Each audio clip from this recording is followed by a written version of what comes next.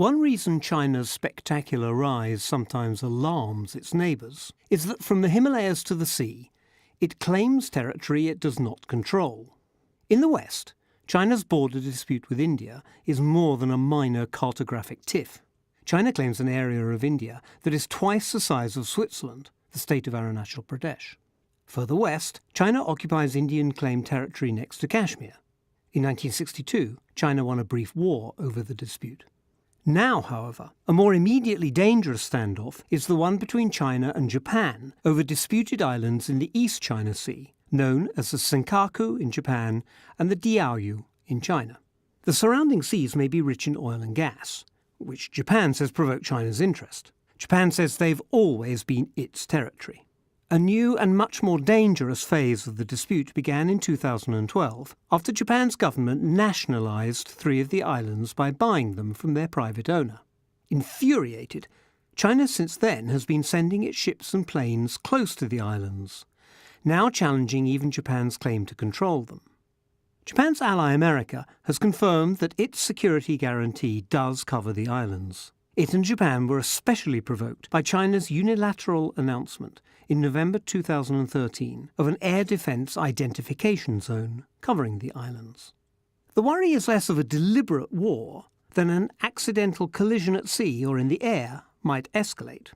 Similar fears cloud the disputes in the South China Sea, where the maritime claims in Southeast Asia are even more complex, and again, competition is made more intense by speculation about vast potential wealth in hydrocarbons. In May 2014, China moved a massive oil rig to drill for 2 months near the Paracel Islands, in waters claimed by Vietnam. China has an expanding navy and projects power from its submarine base on Hainan. To the south, China and Vietnam also claim the Spratly Archipelago, as does Taiwan, whose claim in the sea mirrors China's. But the Philippines also has a substantial claim. Malaysia and even tiny Brunei have an interest too. In 1995, China evicted the Philippines from Mischief Reef, and in 2012 from Scarborough Shoal. The Philippines accuses China of salami-slicing tactics, stealthily expanding its presence in disputed waters. In March 2014, it tried to stop the Philippines from resupplying a small garrison it maintains on the Second Thomas Shoal. Since then, it has appeared to be building an airstrip on the Johnson South Reef. Apparently ignoring international law, China and Taiwan point to a map from the 1940s showing a big U-shaped 9-dashed line around the edge of the sea.